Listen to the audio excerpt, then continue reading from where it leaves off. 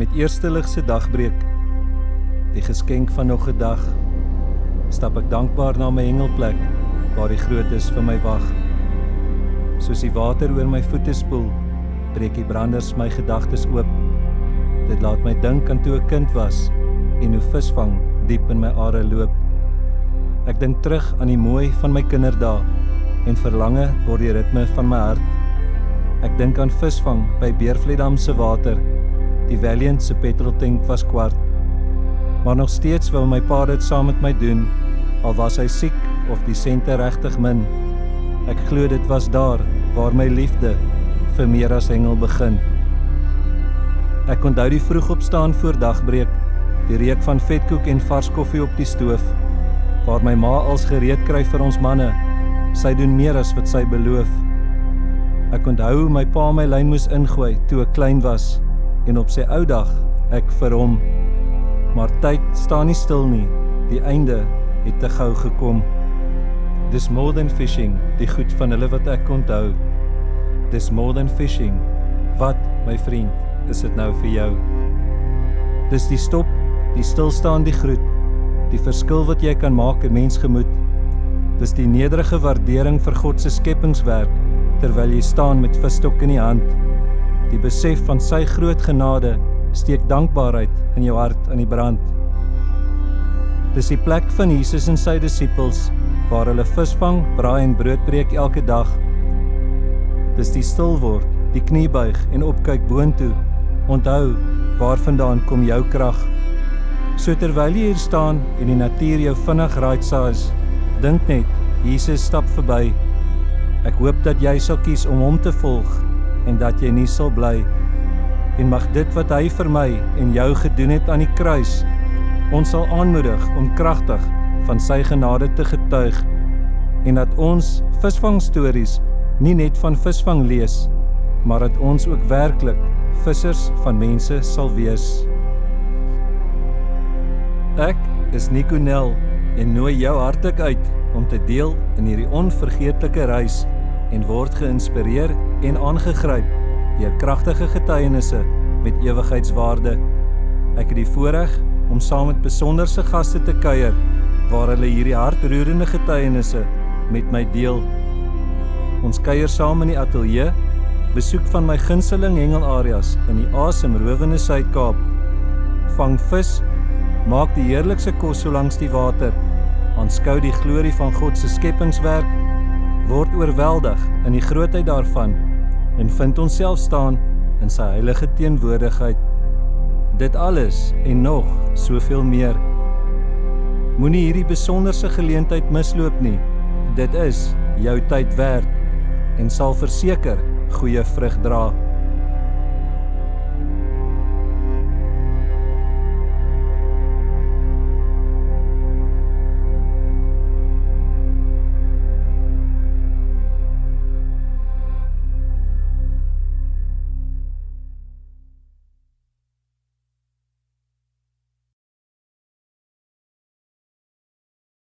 Baie welkom by ons heel eerste episode van seisoen 1 met die tema From Trauma to Triumph. Vandag kuier ek saam met die vierige siel, Dr. Zandrey Botha, waar sy as wetenskaplike multidimensionele gesondheidspraktisyn aan die voorfront staan van 'n holistiese gesondheidsbenadering, wat toegewyd is om die oorsaak van siektes te vind en dit te behandel, nie net die simptome nie. Met haar fokus op konneksie van liggaam, siel en gees, getuig dit van wonderwerke, waar mediese behandeling lank reeds opgegee het. Haar doel om hoop te bring, het ontstaan uit 'n openbaring. Tydens haar vakansie in Suid-Afrika op die ouderdom van 22, beland Zandrey in 'n motorongeluk en word noodlottig beseer. Verskeie chirurge is van die opinie dat sy nooit weer sal kan loop nie en dat sy nooit sal kinders kan wek nie. Maar sy vind haarself staan, gesig aan gesig met ons Here Jesus Christus en wandel saam met hom deur die poorte van die hemel. Vandag deel Zandrey haar kragtige en aangrypende getuienis met ons. Zandrey, baie welkom by ons. Dit is vir my 'n gelooflike voorreg om jou hier te hê en die dag saam met jou te kan geniet. Dankie, is lekker om hier te wees. Jy het die voorreg om elke dag op te staan en 'n groot verskil in duisende mense se lewens te maak en jy het hierdie ongelooflike passie vir mense in jou praktyk. Vertel my meer wat jy doen. Goed, so soos wat jy gesê het, ek kyk na die oorsake van kondisies in plaas van om net simptomaties te behandel. So 'n tipiese dag in my praktyk is waar ons almal bid en ons stel onsself beskikbaar. Jy weet, ons sê nee, jy weet, hier is ons, Here, stuur ons. Bereidwilligheid. Ja, net daai bereidwilligheid. En dit is 'n absolute voorreg om elke dag op te staan vir iets groter as ek. Jy weet, ek het lankal in myself doodgegaan en dis 'n bevrydende gevoel. En ons bid dat God die mense sal genees, vir ons bonatuurlike hemelse wysheid en insig sal gee in elke konsultasie sodat ons agter die kap van die bel kan aankom. Jy weet, van hoekom iemand siek is. Gister toe ek met die span deel, ek sê, jy weet, ek wil nie weet hoekom kry iemand of 'n pilletjie gee vir 'n hoofpyn nie, of selfs ernstige gevalle soos kanker. Ek wil weet hoekom het jou liggaam nie daai spesifieke kondisie geveg nie. So my benadering in die praktyk en elke konsultasie is, wat is die oorsaak van die siekte, wat vererger die siekte en hoe draai ek die skade terug? En so het ek talle getuienisse net van pasiënte en dit is 'n absolute voorreg om daai roete en daai pad te stap saam met elke pasiënt. En ek sê altyd, ons hoor goeie nuus daagliks en ons hoor getuienisse daagliks, maar ons word nooit moeg om dit te hoor nie. Dit was nie maklik om hier te kom nie. Daar was baie ontmoetings waar jy ontmoetings met ons Here Jesus Christus gehad het. En as ons kan teruggaan na die begin, jou kinderjare. Ek meen, daar was tye gewees waar dit werklik donker dieptes was, waar daar seer was, hartseer, pyn. Dit is nie maklik nie. En daar's soveel kinders vandag wat nog steeds aan dit blootgestel word. Vertel my meer. Ja, dit is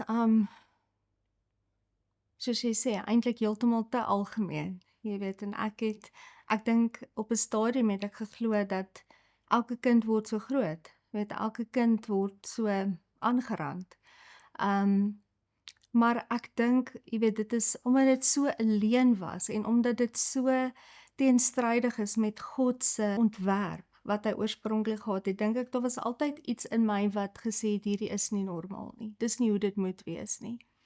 En van my eerste oomblikke wat ek onthou, jy weet, dat ek in so 'n groot vrees groot geword het en gedink het, as ek maar net perfek kan wees, jy weet, dan kan ek die situasie hanteer of beheer. En dis natuurlik glad nie so nie. Maar ek onthou in een van die insidente, ek was baie klein, ek was 2 jaar oud, en ek kon onthou hoe ek agter my bed net weggekruip het, net oortrek met vrees, maar jy weet, vrees is 'n gees. So En dit kom nie van die Here nie. kom nie van die Here af nie. Maar ek was so klein en ek het Jesus se teenwoordigheid gevoel. Ek het nie geweet wie hy was nie, maar ek het 'n vredevolle, liefdevolle teenwoordigheid beleef. Ek dink die mooi gedeelte van my kinderdae was dat ek 'n oupa en 'n ouma gehad het wat net die beste oupa en ouma op aarde was, en al kere wat ons ver weg gebly het, kyk, ek het net altyd plannetjies gemaak oor hoe kan ek vir oupa en ouma gaan kuier. En toe het ek 'n wonderlike voorbeeld gehad van liefde en van 'n huwelik en hoe dit voel om veilig te voel. En ek was 12 jaar oud toe hulle my wegvat vir 'n ruk van my ouers af, en ek het op 'n matras gaan slaap. En dit het vir jou gevoel soos hemel op aarde. Dit was hemel op aarde, my oupa en ouma op die vloer. Maar dit was wonderlik geweest. So ek was geseën dat ek voorbeelde gehad het, en alhoewel die voorbeelde tot 'n mindere mate in my lewe was, kon ek die waarheid herken en het ek eintlik in my klein hart besef dat ek wil nie eendag daai tipe ouer wees nie. En jy weet, die Here is lief vir almal, en jy weet, jy kan kies om 'n slagoffer te wees, of jy kan kies om te sê dit is my verskoning, of dit is my rede. Jy weet, en ek het gekies dat dit my rede wees. Wow. In plaas van En jy weet, slagoffers van slagoffers, jy weet, my ouers het hulle eie hartseer en hulle seer en die wonderlike ding is hoe God in hulle harte gewerk het en dat ek vandag verhouding het met hulle, goeie verhouding. Ek is baie, baie dankbaar vir dit. Met die verloop van die lewe op 'n ouderdom van 21, vind jy jouself waar jy ook daai hartseer ervaar, waar jy eintlik die doel van die lewe bevraagteken. Wat was die omkeer gewees in jou lewe daai tyd? Ja, dit was 'n baie groot oomblik. Ek dink baie mense as hulle terugkyk, is daar hierdie hierdie absolute groot gebeurtenisse wat net die rigting van jou lewe totaal en al verander. En ek onthou, kyk, want ek het al vandat ek 8 jaar oud is gedink, hoe gaan ek my lewe neem? En ek het al 'n paar keer probeer, maar op 21 toe dink ek, ja, jy weet, soos Ingrid Jonker, of sy het net in die see ingestap en jy weet. Jy het jouself in daai situasie gevind waar jy gestaar het met jou voete in vlak water en gekyk het na hierdie rollende branders wat na jou toe kom. En dis asof dit jou wil wegspoel en oor jou spoel. En jy staan daar en jy stap dieper in en jy dink, Here, ek moet net stap. Wat so ontmoeting het jy daar met die Here gehad? Ja, so ek het regtig net gedink ek gaan aanhou stap, want ek het gevoel ek het lankal ophou lewe. Ek het asem gehaal, maar ek het stukkie vir stukkie ophou lewe. En ek was eintlik dood aan die binnekant. En 'n leemte gehad wat ek nie kon beskryf vir mense. Jy weet, 'n leemte wat jou so jaag soos 'n beer elke dag is vernietigend. En ja, ek was baie determineerd en ek het redelik, jy weet, vinnig begin stap in die see en letterlik op my enkels. Toe voel dit asof my voete lood word. Dat ek letterlik nie 'n volgende tree kan gee En jy word nie. vasgehou. En dit voel of iets my vashou en dis soos 'n gietpoel, soos 'n standbeeld. Ek kan nie daar losbreek nie, weet, en ek dink dit was soos Paulus, dat hy hoef nie eers iets te sê nie, jy weet dis God, want niks anders daai teenwoordigheid sak so op my neer en ek weet nie of dit die teenwoordigheid was nie, of ek net tot op die einde van myself gekom het, maar ek het net in daai water neergesak op my knieë en gesê, Here, die volgende golf wat oor my spoel, vat net alles van my, stroop het. Maar Here, U wil nie met myne nie, want ek weet nie wat ek doen nie. En toe daai volgende golf op my spoel en terugspoel, toe voel dit of die berge en dale wat op my skouers gesit het, heeltemal wegval. En ja, ek het al opgestaan en ek dink dis die dag wat ek eintlik gebore was en begin lewe het. Sjoe. En soos 'n ou dief en skurk in die nag, kom maak daai diep donker weer 'n draai by jou. 'n jaar later, kom klop aan jou deur en jy vind jouself weer in 'n plek waar jy dink, wat is hierdie doel van hierdie lewe? Maar hierdie keer het jy dit anders hanteer. Dis reg, ja. So, na daai ontmoeting, 6 weke na dit, toe verhuis ek oor see, toe gaan bly ek in Qatar en weet ek reis die wêreld. Ek bly in 5-ster hotelle en ek dink net by myself, joh, as 5-ster hotelle en die wêreld my nie gelukkig maak, ja, weet ek nie wat sal nie. Ek weet nie wat sal my gelukkig maak nie. En soos hierdie keer toe spaar ek myself die hele drama van see toe loop en in die see inloop en ek gaan sommer net dadelik op my knieë en ek bid. En ek sê, Here, my lewe het nie betekenis nie. Ek voel daai leemte weer en kan nie net vir my sê hoekom U my geskaap het en wat is my doel op aarde? En toe op die ouderdom van 22 kom besoek jy Suid-Afrika en een aand uit saam met vriende beland jy in hierdie tragiese motorongeluk. 'n Voertuig tref jou kant van die voertuig op 140 km/h. Vertel my meer. Ja, ek dink mense vra my altyd, weet, hoe was dit vir jou? En dit wat ek weet van my motorongeluk is wat ander mense my vertel het, want ek kan niks van dit onthou nie. jy weet in die Jesus waar ek altyd dink, ek gaan dit probeer beskryf en ek gaan ligjare kort val van my ervaring. Maar ek sê al wat ek onthou nie die impak nie. Ek onthou nie hoe dit gevoel het toe my femur deur my heup breek nie. Ek onthou nie dat daar selfs mense by die venster gesit het en dat hulle my die kar uit moes sny en dat hulle eers vir Hansie uit die kar uit moes gehaal het en ek onthou niks van daai goed nie. Al wat ek kan onthou is dat ek aangesig tot aangesig voor ons Skepper gestaan het.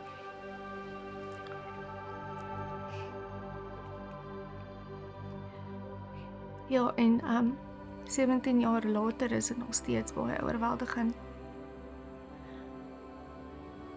Ek wou net op my knieë weer gaan en ek het gevoel ek wil hom net vir altyd net hom aanbid. En soos ek sê, ek gaan probeer beskryf wat ek beleef het, maar ek weet ek gaan baie ver kort val, want daar is nie taal wat dit kan beskryf nie. Selfs jy met jou ongelooflike talent vir woorde, dink ek sal struikel. Ek sê altyd ek kan 'n leeftyd vat en ek wens ek kon presies die hoogte, die diepte, die breedte, die intensiteit van sy liefde vir ons.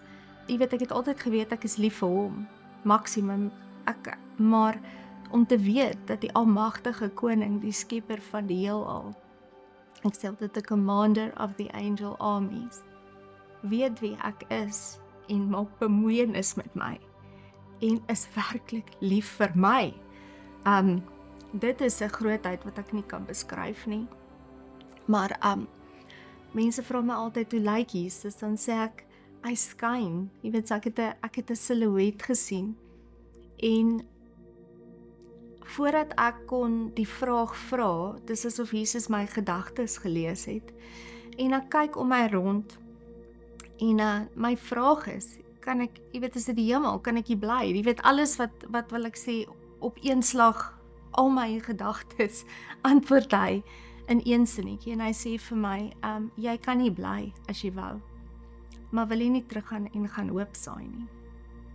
En dit was 'n baie moeilike keuse, want ek was vir die eerste keer in my lewe wat ek heeltemal geliefd gevoel het in liggaam, siel en gees. Ware liefde verdryf alles, verlange, vrees. En dit is asof hy my binne sekondes na al die 4 punte van die stad vat. En ons het langs 'n rivier gestaan en alles, ek wil nie sê dit skyn, nee, alles skyn. Die gras skyn, die bome skyn, die water skyn. Want dit is in die glorie van God. Dit is asof elke blom en boom aanbid in die hemel. And in Avon Streets there is no light. Ja, dis die mooiste Because liedjie. he is light. Hy is die lig. Daar is nie 'n lig in die hemel, because he is the light. En om net voor ons verlosser te kan staan, om te weet dat hierdie lewe is eintlik maar net 'n druppel, jy weet, in die emmer. Daar's 'n ewigheid. En een van my gunsteling skrifte in die Bybel is daai skrif wat sê, do not fear, for I have redeemed you. I've called you by name, you are mine. En ek dink net, jy weet, as ek daai myne, jy weet, ons is syne, en om dit te kan beleef, om voor hom te staan, en toe ek by hom gestaan het, en hy het my die hemel gewys, en die volgende oomblik is dit asof die hemel, wil ek sê, oopskuif, jy weet, die dimensie van die aarde skuif weer oop, en ek sien hoe mense vir my bid, en ek sien hulle bid, en hulle sê, kom terug, jy weet, ons kan nie sonder jou lewe nie, en ek onthou, van 'n liefde, wat ek in my hart ontwikkel het, seker so 2 maande voor die motorongeluk, vir 'n seentjie, terwyl ek in 'n winkelsentrum is besig om klere te koop vir 'n ander vriendin van my wat 'n babatjie verwag het, en die volgende oomblik staan ek met 'n ekstra paar baba blou Adidas, en in daai oomblik word hierdie liefde en hierdie plekkie gebore in my hart vir 'n seentjie wat ek nie wou gehad het tot op daai punt nie. En gedeeltelik omdat ek so swak en 'n hartseer kinderlewe gehad het, het ek net gedink, "Jog, ek het so vrees, ek wil nooit dieselfde foute maak nie." So ja, daar staan ek en ek het net in my hart beleef dat een van die redes ook hoekom ek moes terugkom, is om vir tyd te gehad het. Tyd val weg. Dit het vir my gevoel asof daar nie enige limitasies tot my begrip is van dinge nie. En alhoewel dit abnormaal klink, is dit eintlik, jy weet, dit was asof ek dit alles het sin gemaak, alles het ek verstaan. Daai alomteenwoordigheid van God kon ek, jy weet, in 'n krummeltjie beleef. So. En ja, en ek kon dit na die tyd bevestig. Dit was wat vir my interessant was, is dat ek toe my vriendin sê, weet jy, ek het van die Kaap af gebel, hulle het gesê ek moet kom, want jy gaan dit nie oorleef nie.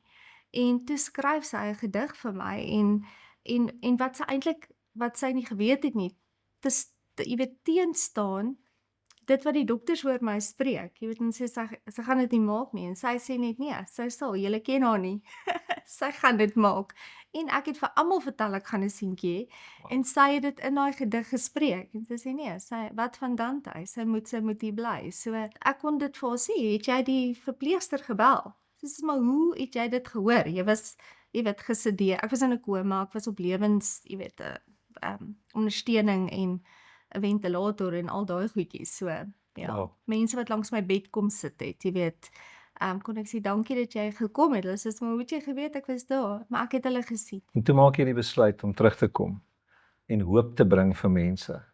En dit was nie vir jou 'n maklike proses nie. Ek meen, met al hierdie gebrokenheid, inwendige beserings, jy was letterlik dood.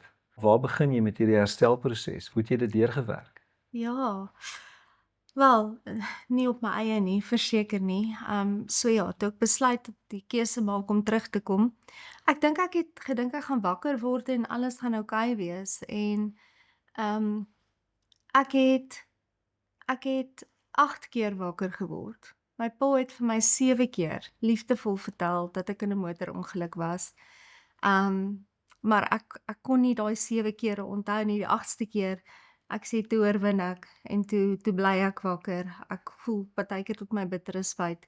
Ek het gedink morfine help my glad nie, totdat hulle my afgehaal het van die morfine af, maar die pyn was oorweldigend. Ek het my onderste been feitelik vergrys, my femur het deur my heup in my baarmoeder ingebreek. My diafragma het gebars, my milt het baie seer gekry, my lewer het geskeur, van my regterkant af uit my linker long plat gedruk, my hart het geskuif, en niemand oorleef eintlik 'n ongeluk soos dit nie. Ek weet my spesialis het gesê, hy het dit nog net een keer van tevore in sy lewe gesien, met iemand met minder beserings waar die lewer skeur en die persoon oorleef dit. So ek dink moderne medisy het my so mooi gehelp en my gehelp om my lewe te red, maar hulle het nie geweet hoe om my te genees nie. Die geestelike stryd in daai hospitaal was seker een van die moeilikste goed. Die pyn was so oorweldigend dat ek het gedink, dit dryf mense na waansin toe. Dit het gevoel of my pyn 'n klank het, wat ek nie kan afsit nie. Dit was nie in golwe nie, dit was 'n konstante pyn. En ek het net besef, hierdie ding gaan ek op 'n manier moet oorkom, en ek het baie keer net gesê, Jesus. En ek het gesê, hoe gaan ek dit oorkom? Hulle het nou in my intraksie gesit, ek kan net in een posisie lê, ek kan niks beweeg nie. Ek was basies swart van kop tot toon, my kop was dubbel die grootte van my lewer wat geskeur het. Ek was geel en swart en al die kleure van die reënboog. En ek het net beleef dat God vir my sê, kom net deur die volgende 5 minute. En ek het my dae in 5 minute stukkies opgebreek. En wat ook al ek kon doen vir myself, in my gedagtes, in daai volgende 5 minute, het ek gedoen. Al was dit 'n glimlag wat ek probeer gee het, of al was dit net, dat ek net sê, Here, praat met my, net oor enige iets, praat my net, hou my net, dat ek enige iets behalwe aan dat jy gaan dit nie maak nie. En ek het elke liewe dag meer slegte nuus gekry, weet soos wat dit aangegaan het. Jou bene wil nie vaskry nie. Jy het artritis nou ontwikkel. Jy gaan nooit 'n kind kry nie. Maar in die hart en gedagte het jy dit gebreek. Absoluut. En toe die wonderwerk, waar medici gesê het en dokters uitgespreek het dat jy nooit weer sal kan loop nie, en dat jy ook nooit sal kan kinders hê nie. En toe hierdie wonderlike gebeurtenis, Ja. die wonderwerk, Dante, Ja. wat eintlik in die poorte van die hemel reeds in jou hart opgeskryf geword het, Ja. word toe nou 'n werklikheid. Ja, ja. Sjoe. So en dis presies dit. So ek was 8 weke in die hospitaal en toe ek uitkom as ek in 'n rolstoel.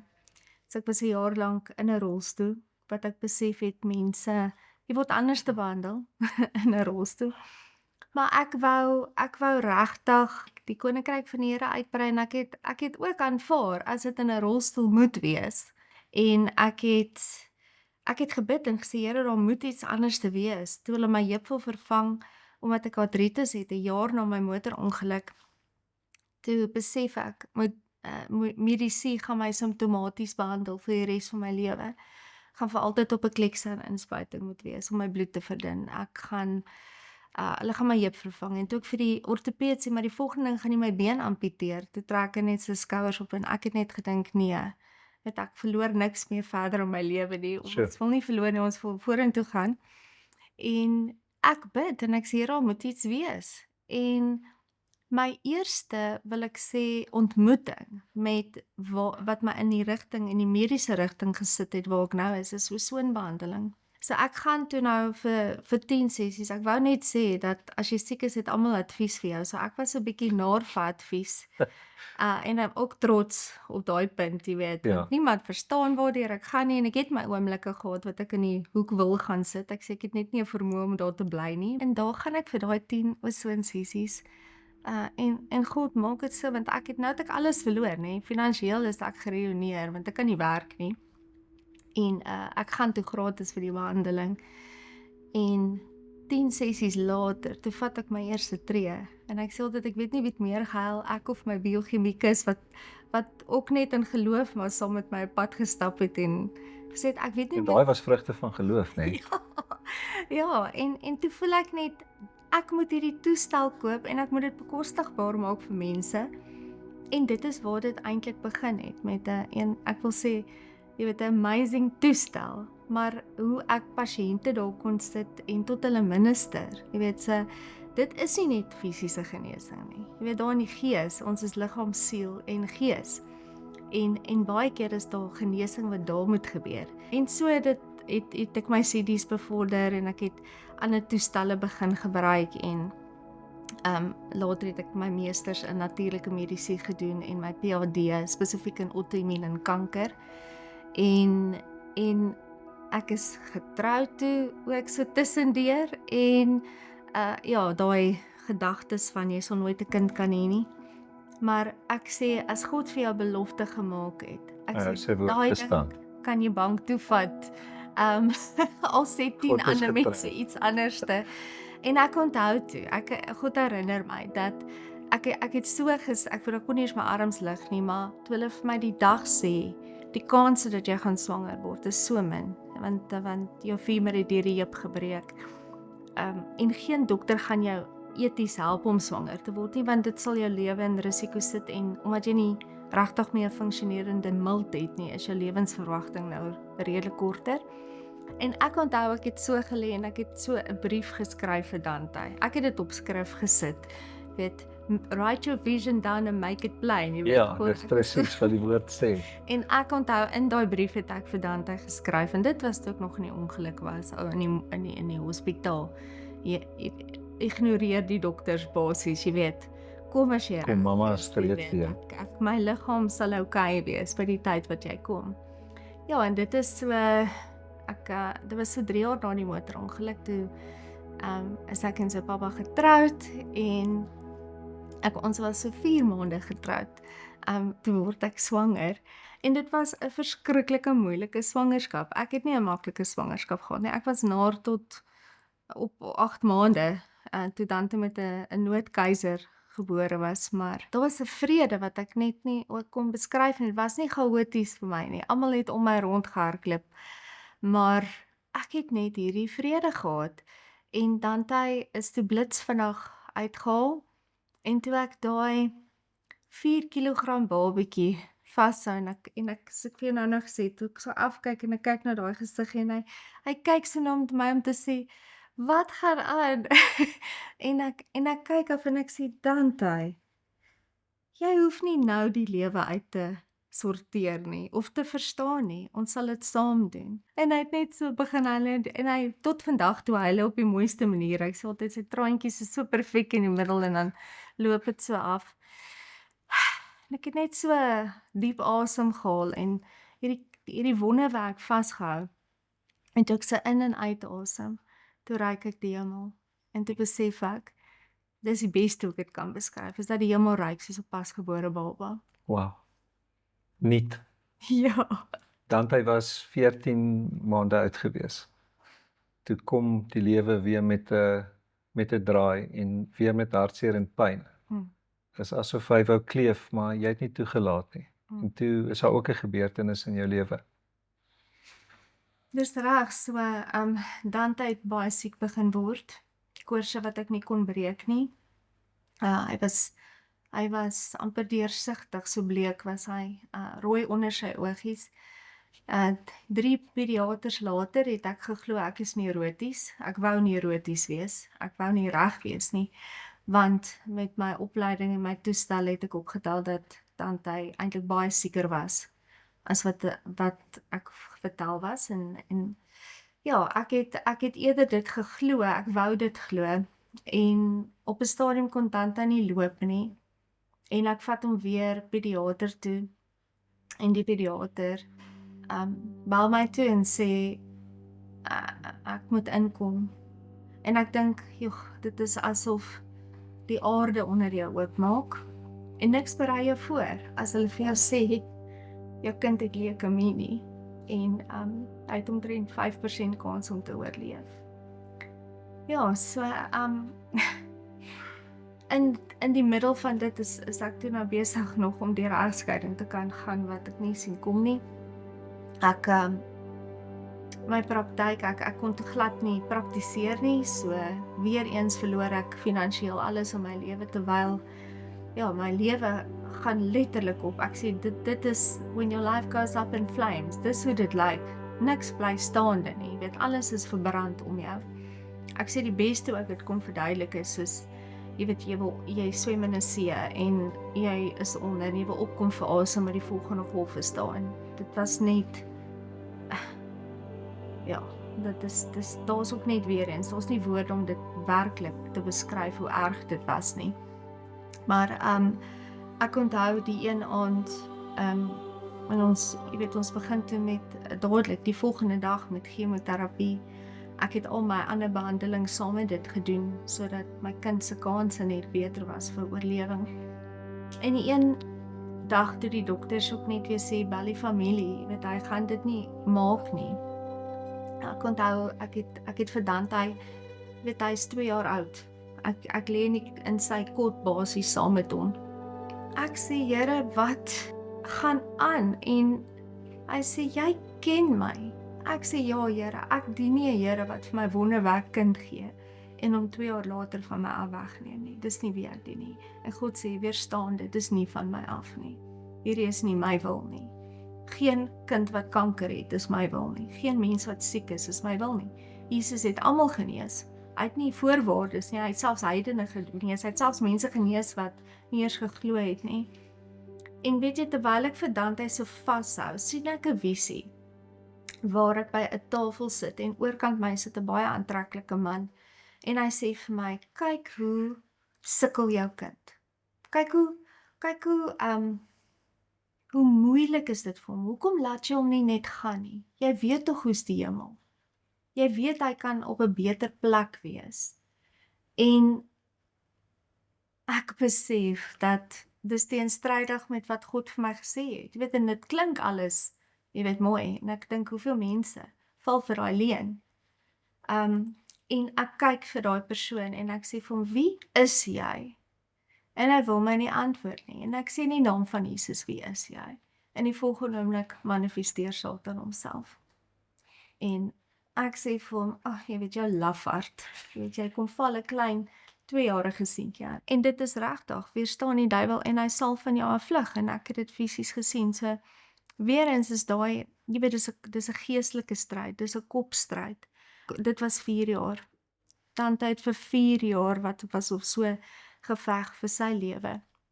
En ja, die wonderwerk is dat hy nie eers vandag meer in remissie is nie, hy is heeltemal genees. Die Here het hom volkome genees. Ja, 14 jaar oud. Sjoe. En weer eens, in daai periode waar jy nou sit en weer in sak en as, want jy gaan nou net deur 'n egskeiding, jy's alleen, jy vind jouself, daar's letterlik nie eens geld om petrol in 'n voertuig te gooi nie. Ja. En jy's in jou garage en jy gryp daar so leë canvas uit en jy begin skilder. Maar voor dit het jy weer die dood in die gesig gestaan. Dis reg, ja. Ja, sure. Ja, daar breek toe iemand by my huis in. Weet en ek en Dante ons is eintlik vir maande aan een in die hospitaal. Ek weet nie eers wat 'n maand is dit nie. Weet ek sê partykeer is dit nog okay as jy nie weet wat 'n dag dit is of wat die datum is nie, maar ek het nie eers meer geweet wat 'n maand ons in is nie. En ek en hierdie klein seksientjie, jy weet, kom by die huis, die eerste keer wat ons 'n maande by die huis is en hier breek 'n man by ons huis in. En hy druk 'n geweer in my kop en hy sê vir my, sê jou laaste gebed. En intussen word my seentjie te wakker want ons het in dieselfde bed geslaap sodat ek kon hoor of hy okay is. Jy weet, ek sê kon en dan hy se asemhaling hoor naderhand of hy 'n koors kry en dan het ek minute om te reageer.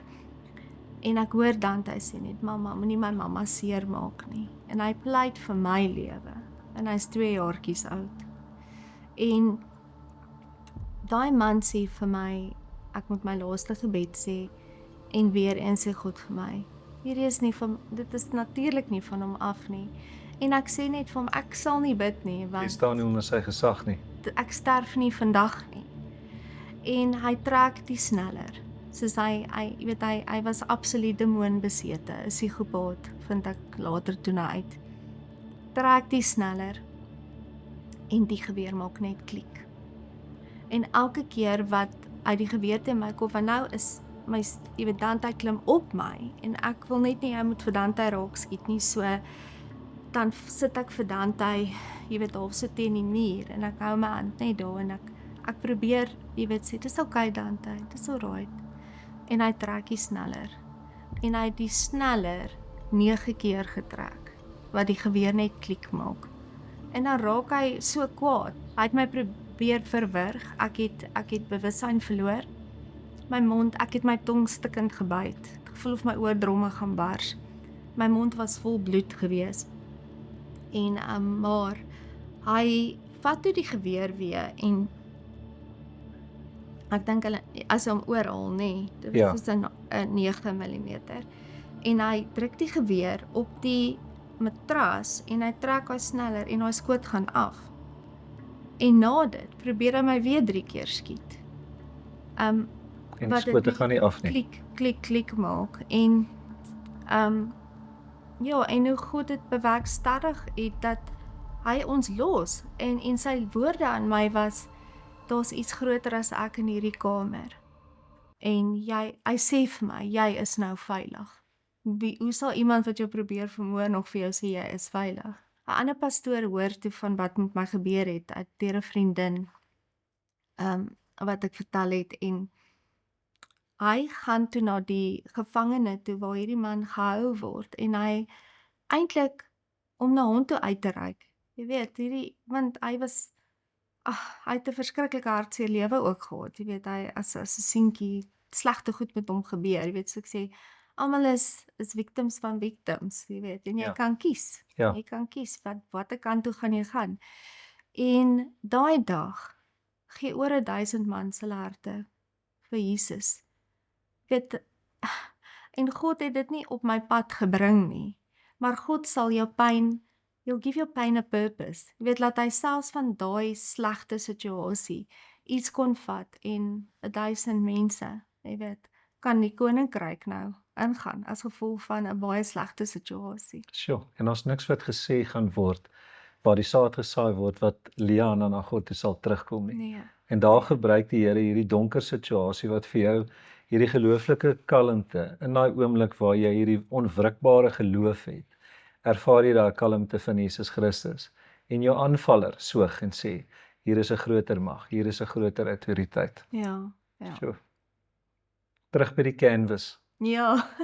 die geboorte van Lumen. Ja. In die donkerste oomblik was daar lig. Ja. En soos wat Christus sê, die donker kon dit nie uitdoof nie. Wow, ja. Daar het Lumen se ontstaan begin. Vertel vir my van Lumen. Wat is Lumen? Waar het dit vandaan gekom? Sjoe. Ja, die lig uit van my grootste seer. So ek sê altyd die heil sit net hier vas, jy weet. Ek wil nie uitgekom het nie.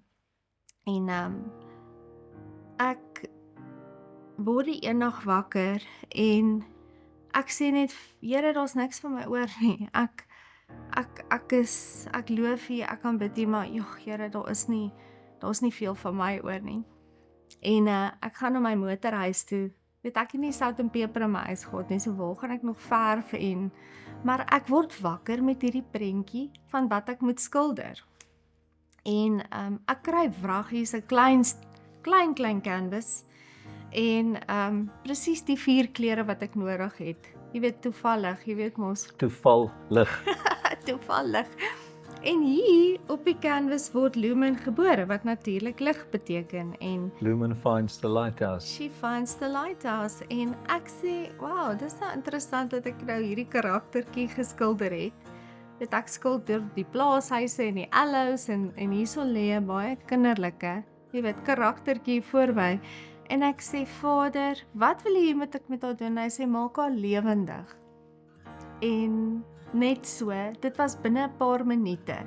Toe kry ek, wil ek sê die hoofpunte, die jy weet, van die die kern van die storie. Van die storielyn en die boek se naam is Lumen Finds the Lighthouse. En dit is hoe hy uitkom. Ja. Vertel vir my van Lumen. Ja, so en ek sê toe, Here, ek is baie goed met die groot prentjie, maar jy weet om die vleis nou by te sit is nou nie my forte nie. En seker ook so 2 weke later ontmoet ek Leandrie Geldenhuys en sy sê vir my, "Wel, sy skryf." En ek sê vir hoorie, ek het 'n idee vir 'n storie. Sal jy die storie vir my skryf? Sy sê ja, natuurlik, in elk geval. En Lumen Finds the Lighthouse, jy weet, is as ek nou eintlik dink aan, jy weet, my journey of my storie, jy weet, is dit maar, jy weet, hoe sy oorkom. En mense sê van altyd maar, hoekom is haar oë toe? En ek sê eintlik is Lumen blind. In my werklike storie, jy weet, en hulle wou dit, die uitgewers wou dit nie eintlik die blind daarin gesit het nie. Wat ek gevoel het is belangrik eintlik. Because we walk by faith and not by sight. So Lumen het geen ander keuse nie. Sy moet in geloof stap. Wow. En so op haar soeke, jy weet, om nou die, soos in my boek, die lighthouse keeper te kry. Jy weet, en daar's 'n uil wat die Heilige Gees verteenwoordig. Daar's 'n skilpaadjie wat die hele tyd daar is, wat soos Jesus is. Jy weet, wat haar net aanmoedig, wat saam met haar, hy vat 'n fisiese manifestasie, hy is hier op aarde, en dan die uil wat kom in die wind, en hy gee vir haar hierdie insig en hierdie rigting, jy weet, so sy leer om te luister, en hoe daar nie limitasies is vir haar nie, want sy kan nie regtig sien hoe erg dit werklik is nie, maar tog raak sy ook op 'n stadium bang vir die donker, en dan kom die vuurvliegies en hulle verlig haar aand, jy weet, en hoe sy mense help om, veral die muise, jy weet, wat nie wil trek nie, so die muise, jy weet, red sy ook in die tussentyd, en hoe sy, jy weet, by die lighthouse keeper uitkom, en hoe sy eintlik die gawes van die Heilige Gees ontvang, sodat sy op haar lewensroeping verder kan uitbrei. En ja, toe kry ons enige oproep wat vir ons sê dat ons boek het die Mom's Choice Award gewen wat Wow. geken word in 69 lande. So ek dink die storie moet versprei, ja. En dan is daar hierdie groot droom van jou wat jy so graag wil laat bewaar het. Hierdie groot mediese fasiliteit wat topgehalte behandeling vir pasiënte kan bied. Ja, Dis jou droom. dis my baie groot droom. Dit is eintlik my opdrag. Dis eintlik hoekom ek teruggekom het. Is so God se opdrag was kom terug en saai hoop en hy sê gaan maak 'n plek van genesing wat nie wonderwerke teenstaan nie. En eintlik kom ek net in lyn met wat God vir my gesê het en wat ek die beeld wat ek het is 'n fasiliteit waar ek mense kan invat, weet waar ons dagpasiënte het en waar ons inbly pasiënte het. Weet reg nou is daar werklik pasiënte wat van reg oor die wêreld vlieg, weet en hulle moet in gastehuise bly en weet maar inkom in die kliniek, maar dit is absoluut my groot droom. So ek het baie hard gewerk en 'n stuk grond gekoop. Ek word net geboue. So dit is die volgende stap. Dit sal kom. Is om die geboue te kry om Die Here sal vir jou voorsien in alle hulpbronne wat jy nodig het en hy sal vir jou voorsien in al die befondsing wat jy nodig het, want dit kom nie van jou nie. Dit kom van die Here. En lank reeds toe hy daai opdrag aan jou gegee het, het hy presies geweet wat jy gaan nodig hê om dit te doen. So dit sal kom. Ek vat dit. Ja, amen op daai een. Dankie. Nou ja, die tyd het aangebreek waar ons kantoorskoene gaan verruil vir Kalfit op die strand. Ons besoek een van my gunsteling hengelareas waar ons spesifiek gaan visvang met kunsaas en hoop om 'n mooi kabeljou te kan land. Ons ry tot by een van my gunsteling hengelareas waar ek vele kere busse van visse daar kon land en graag met kunsaas vir kabeljou hengel. Sou die kondisies nie heeltemal gunstig wees nie, sal ons met aas ander visspesies teiken. Met aankoms leer ek eers vir Zandrey meer oor hoe om die see te lees en is ons op soek na mooi formasies wat kan werk vir hierdie tipe hengel wat ons hier wil beoefen.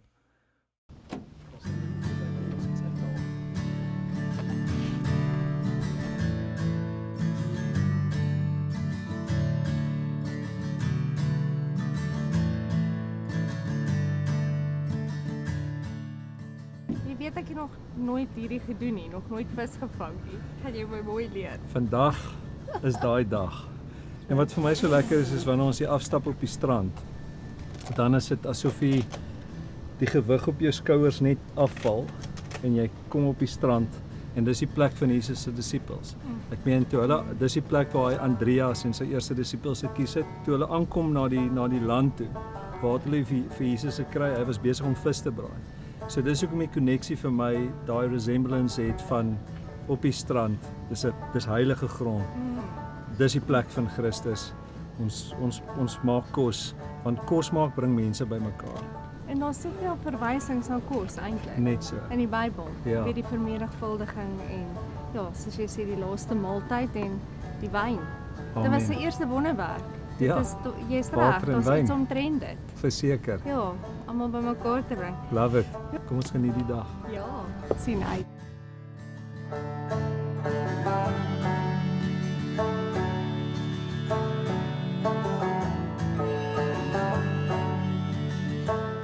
So daar's nou 'n kunsaasvisie. Hy is nogal kunstig, nee. Okay, so hierdie is wat jy noem 'n FG knoop. Dis 'n baie sterk knoop. Vir kabeljou en dit is belangrik dat jou knope reg is. So jy vat hom so deur en dan begin jy hom net te weef links, regs. En dan trek jy lekker styf en dan vat ons hom weer so 'n paar keer deur tot ek tevrede is met die lengte van hom. Is gewoonlik so 28, 29 tot 30 keer.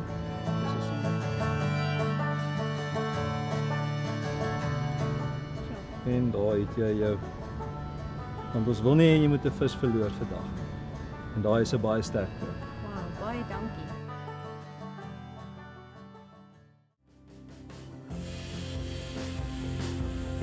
Ons voete slaan die seesand en ons bewonder die mooi van hierdie Suid-Kaap kuslyn terwyl ons met opgewondenheid tot by ons hengelplek stap.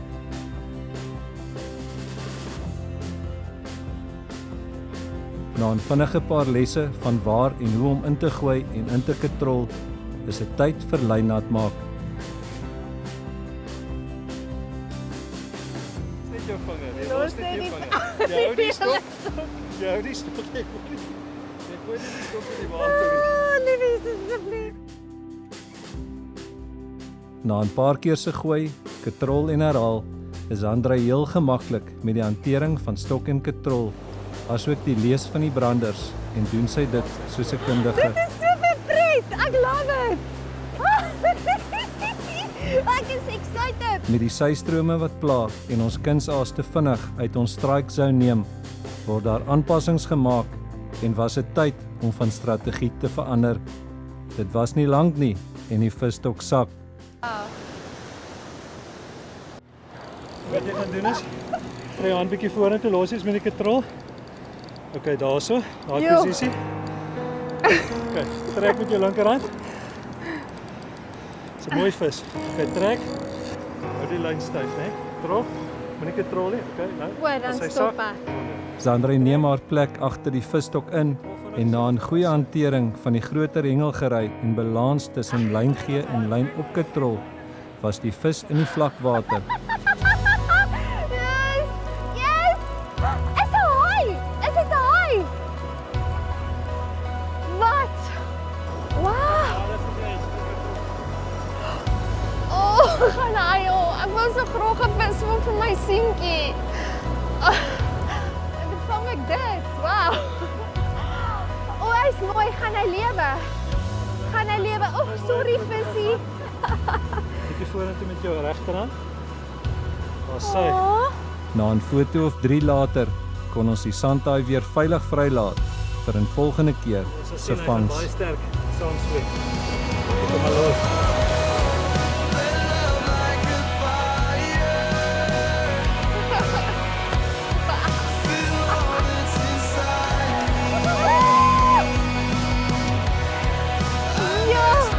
That's so awesome! You fill me completely.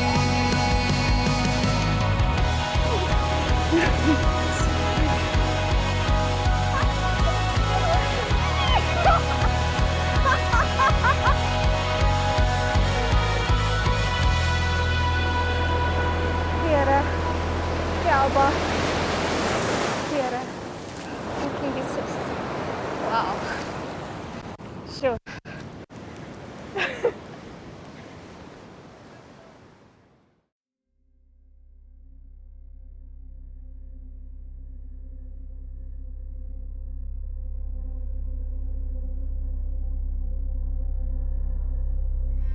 Die branders rol kalm in en met hierdie kondisies staan mens sommer in die water.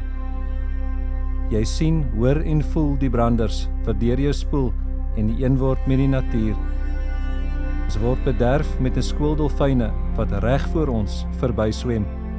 Dit raai jou vinnig en laat jou met 'n diepe waardering vir God se skepingswerk. Ons staan in verwondering oor die kunswerk wat om ons geskilder word. Ons Vader, dankie vir hierdie dag. Dankie dat ons so geseënd is om hier te kan wees en ook geraadsaai te word. Ons is net 'n instrument in die hand. Aan U al die glorie, aan U al die eer. Vader, laat die aanhoor van hierdie getuienisse ook ander aanmoedig om kragtig te getuig van U genade. En dat dit die wie se lig verdof het, weer helder laat skyn en ook die wie nog soekend is na Christus, U hierin sal vind. Here, Andrei se droom is om 'n state-of-the-art mediese sentrum te bou, 'n plek van genesing wat nie wonderwerke teenstaan nie, 'n plek wat hoop saai en eer aan U bring. Ek vra Here dat U aan haar die hulpbronne en alle finansiële ondersteuning hiervoor sal gee Here seën vir Zandrey, seën vir Jan, seën vir Dante, Arno en Shanae. Laat hulle voorspoedig wees in alles wat hulle doen.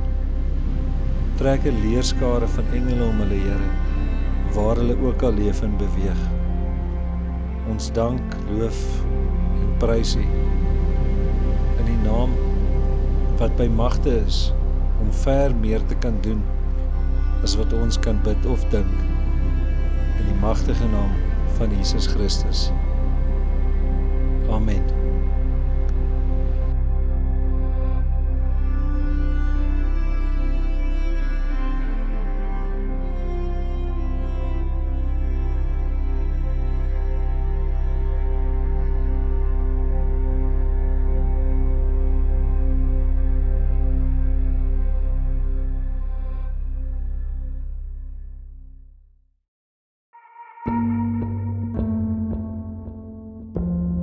Kos maak bring mense bymekaar. Om te hengel is een ding, maar om te kan kos maak langs die see en alles om jou te geniet, dit is mos waaroor dit eintlik moet gaan. Dit is modern fishing. Vandag het ons op die spyskaart beef burgers wat bestaan uit 'n regte beef patty op roosterbrood met wat ons ook al daarop wil sit. Met komplimente van Spar Wellington Square George. Ek wil jou uitdaag, dek die tafel, sit weg hy selfoon, kyk mekaar in die oë en sien mekaar raak. Tyd gaan so gou verby en voor jy jou oë uitvee, is die kinders groot en uit die huis uit. En dan verlang jy na die kuiers om die tafel wat jy moes hê, wat jy nou kan hê.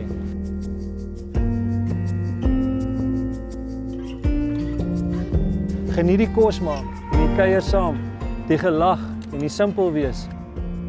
Want is hierdie goed, wanneer die stemme stil raak om jou, wat jy mis. So gee meer van jouself, want om te gee is altyd beter as om te neem.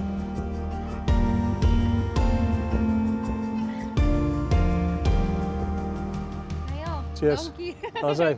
Dankie vir 'n wonderlike dag. Dankie vir Ek het dit verskriklik baie geniet. Dankie vir jou menswees en dankie vir daai kragtige en aangrypende getuienis wat die wêreld gaan verander. Prys die Here. Amen. Amen. Mag hierdie aangrypende getuienisse van Zandrey ook jou aanmoedig om kragtig te getuig van wat Christus in jou lewe gedoen het, sodat hy daardeur verheerlik mag word. Mag dit jou nuwe hoop gee en ook jy wat nog soekend is na die waarheid, laat besef, hierdie waarheid het 'n naam en sy naam is Jesus Christus. Mag hierdie besef 'n honger in jou kweek om in volle oorgawe 'n volgeling van Jesus te word en 'n verhouding met hierdie Jesus van wonderwerke te wil hê. In die woord staan daar geskrywe in Johannes 3 vers 16. God het die wêreld so lief gehad dat hy sy enigste seun gegee het, sodat elkeen wat in hom glo nie verlore sal gaan nie, maar die ewige lewe sal hê.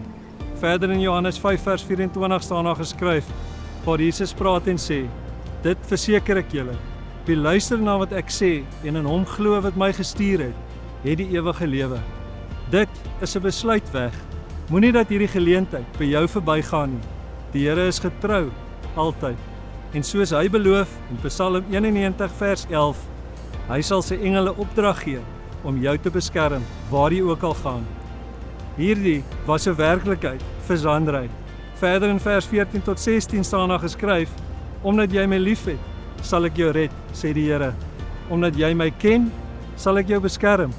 Wanneer jy my aanroep, sal ek jou gebed verhoor. In jou nood sal ek by jou wees. Ek sal jou red, in jou eer herstel. 'n Baie lang lewe sal ek jou gee en oor my hulp sal jy jou verbly. Verlang klop die Here dalk aan jou deur. Mag dit wees dat jy vandag vir hom oopmaak. Gaan besoek asseblief die Lumen Foundation webtuiste by lumenfoundation.co.za en kyk hoe jy betrokke kan raak of finansiële ondersteuning kan bied om hierdie groot droom te help bewaarheid. Ek wil jou aanmoedig om ook by ons webtuiste te draai by mtfministries.co.za en ook jou getuienis met my te deel. In ons volgende episode kuier ek saam met Stoffel en Ineke Besuidenhout. Hulle lewer hulle kragtige en aangrypende getuienis van waar die vyand gekom het om te vernietig deur gruisame gebeure soos kaping en verkrachting, hopeloosheid en trauma maar vanuit hulle donkerste uur kom spoel die Here se redding en genade oor hulle lewens en kan hulle self hulle storie vertel. Onthou, dis more than fishing. So volgende keer wanneer jou voete die seesand slaan, sien die mooi om jou raak. Koester die mense saam met wie jy dit doen. Wees dankbaar in alles en waardeer die klein dingetjies in die lewe. Dis nie wat jy sien nie, maar dis hoe jy daarna kyk. Tot volgende keer, gee jou beste en weet, jy is geliefd. Voorspoed en seën. Hierdie episode is trots geborg deur Petro Eng Petroleum Engineering. Ons betuig ook ons dank teenoor ons offisiële borge wat gehelp het om hierdie reeks moontlik te maak.